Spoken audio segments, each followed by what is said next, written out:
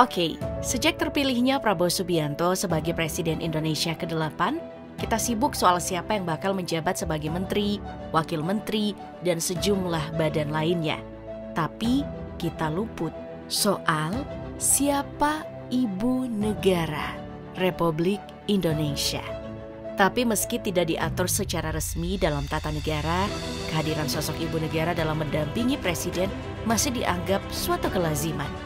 Makanya, publik tertuju pada Siti Hediati Haryadi alias Titi Soeharto yang hadir dalam upacara pelantikan di Istana Negara yang mana agenda ini dihususkan untuk menteri, wakil menteri, dan sejumlah kepala badan.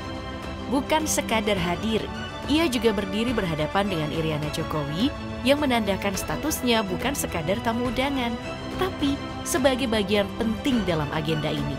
Ditambah, gestur tubuh keduanya yang saling curi pandang juga jadi perhatian.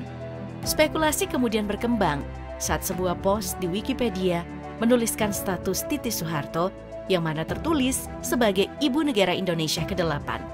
Tapi itu langsung terbantahkan karena Titi Soeharto tidak duduk bersama para ibu negara. Malah, posisinya justru digantikan oleh Didit Prabowo. Lalu, bagaimana sebenarnya status pernikahan Prabowo dan Titi Soeharto?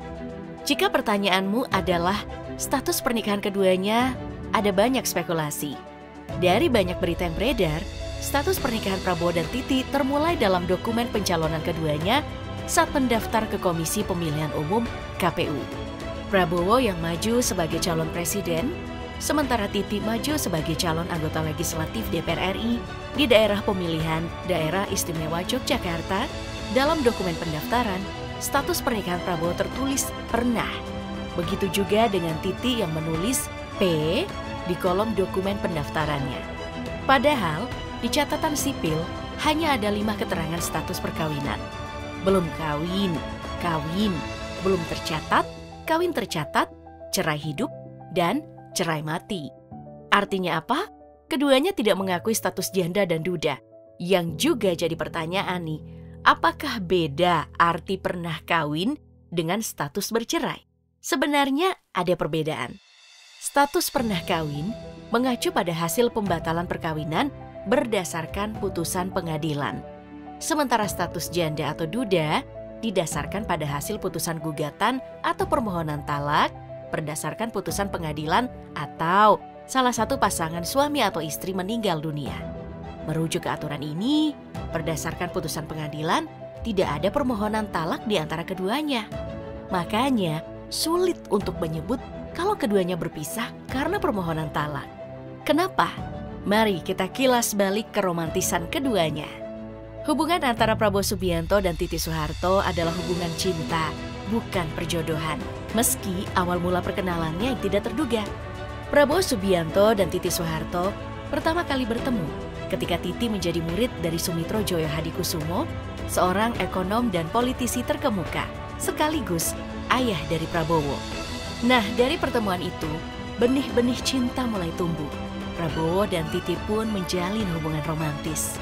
Hanya berpacaran 2 tahun, Prabowo pun melamar Titi Soeharto dan keduanya lalu memutuskan untuk menikah pada tanggal 8 Mei 1983. Pernikahan mereka digelar di Taman Mini Indonesia Indah dengan megah dan memakai adat Jawa. Pernikahan keduanya tentunya jadi perhatian masyarakat luas karena status Titi yang merupakan anak presiden pada saat itu. Dan Prabowo anak seorang ekonom terkemuka yang juga merupakan seorang perwira dengan banyak prestasi. Dari pernikahan Prabowo Subianto dan Titi Soeharto, lahirlah seorang putra yang diberi nama Ragowo Hedi Prasetyo atau yang akrab disapa Didit Prabowo. Jadi artinya, hubungan antara Prabowo dan Titi didasarkan dengan cinta. Lalu, mengapa ada pembatalan perkawinan? Ini yang penting untuk diluruskan. Pembatalan pernikahan bukan hanya bisa diajukan oleh suami atau istri, tapi juga keluarga dalam garis keturunan lurus ke atas dari suami atau istri. Yang artinya ada kemungkinan perpisahan keduanya atas dasar terpaksa. Spekulasi ini juga yang didukung berdasarkan desas-desus yang beredar.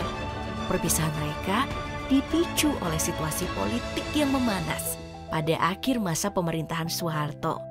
Pada tahun 1995, hubungan antara keluarga Soemitro dan Soeharto mulai merenggang. Hal ini disebabkan oleh sikap kritis Soemitro terhadap kebijakan Soeharto. Salah satu kritik Soemitro yang membuat Soeharto marah adalah terkait dugaan korupsi dalam dana pembangunan. Ketegangan antara keluarga Soemitro dan Soeharto pun semakin memuncak pada tahun 1998. Ketika terjadi krisis ekonomi, politik, dan sosial yang mengguncang Indonesia. Pada tanggal 21 Mei 1998, Soeharto pun mengundurkan diri dari jabatan presiden setelah mendapat tekanan dari berbagai pihak, termasuk mahasiswa yang menduduki gedung MPR DPR. Keluarga Soeharto menyalahkan Prabowo Subianto yang saat itu menjabat sebagai Panglima Kostrad atas kejadian tersebut. Mereka menuduh Prabowo tidak melakukan tindakan untuk menghalau mahasiswa dan bahkan terlibat dalam upaya menjatuhkan Soeharto. Bersamaan dengan itu, Prabowo dan Titi juga mengakhiri pernikahan mereka. Meskipun sudah bercerai, Prabowo Subianto dan Titi Soeharto tetap menjaga hubungan baik dan silaturahmi. Keduanya masih sering bertemu dalam berbagai kesempatan, baik yang bersifat pribadi maupun politik. Hubungan dengan keluarga Cendana juga baik, bahkan disebut setiap akan maju Pilpres, Prabowo menyempatkan bersilaturahmi ke keluarga Cendana. Apalagi soal dukungan politik, ada kisah di mana Titi memilih berpaling dari saudaranya sendiri. Pada tahun 2018, Titi meninggalkan jabatannya sebagai anggota DPR RI setelah memilih bergabung dengan Partai Berkarya besutan Tommy Soeharto. Tapi, pada tahun 2023, ia lalu meninggalkan partai besutan saudaranya sendiri dan memilih bergabung dengan Partai Gerindra. Saat baru bergabung, ia langsung menduduki jabatan sebagai Wakil Ketua Dewan Pembina Partai Gerindra. Saat kampanye Pilpres, Titi juga masuk dalam tim kampanye nasional Prabowo Gibran. Ia ditempatkan di Dewan Penasehat TKN Prabowo Gibran. Saat resmi jadi presiden, Titi juga mendatangi Istana Merdeka. Bahkan bisa dibilang, ia cukup sering terlihat bersama Prabowo dalam agenda resmi kenegaraan. Di luar dari agenda politik, keduanya sering terlihat bersama. Seperti saat Prabowo hadiri ulang tahun Titi yang ke-65 tahun. Prabowo bahkan dapat potongan tumpeng pertama dari Titi. Di momen lain saat Titi Soeharto merayakan pelantikannya sebagai anggota DPR RI, Prabowo juga hadir. Di salah satu foto yang diunggah di akun Instagram Titi, Prabowo dan Titi berdiri berdampingan di barisan paling depan. Mereka dikelilingi oleh keluarga besar Cendana. Di antaranya Bambang Trihatmojo dan Mayang Sari. Ini bukti kalau kehadiran Prabowo diterima dengan sangat baik. Belum lama ini juga, di hari ulang tahun Prabowo Subianto yang ke-73 tahun, pada tanggal 17 Oktober, Titi memberikan ucapan selamat ulang tahun kepada Prabowo saat ditemui di Kompleks Parlemen Senayan, Jakarta. Jadi, pada dasarnya, hubungan keduanya masih sangat dekat. Titi juga hadir saat perayaan ulang tahun bersama Didit.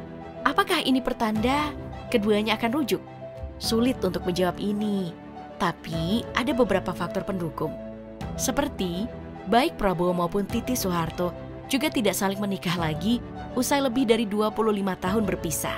Artinya, tidak sulit untuk bisa kembali. Soal hubungan dengan keluarga satu sama lain juga sangat baik. Mereka juga masih saling mendukung dan menghormati satu sama lain.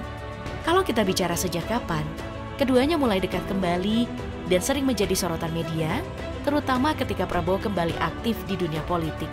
Mulai dari pencalonan sebagai capres sejak 2014 hingga sekarang, keduanya tampak saling mendukung karir politik masing-masing. Ditambah, dengan dukungan dari Didit, tentunya juga bisa jadi sinyal yang kuat untuk membuat keduanya rujuk. Tapi potensi untuk kemungkinan tidak rujuk juga ada.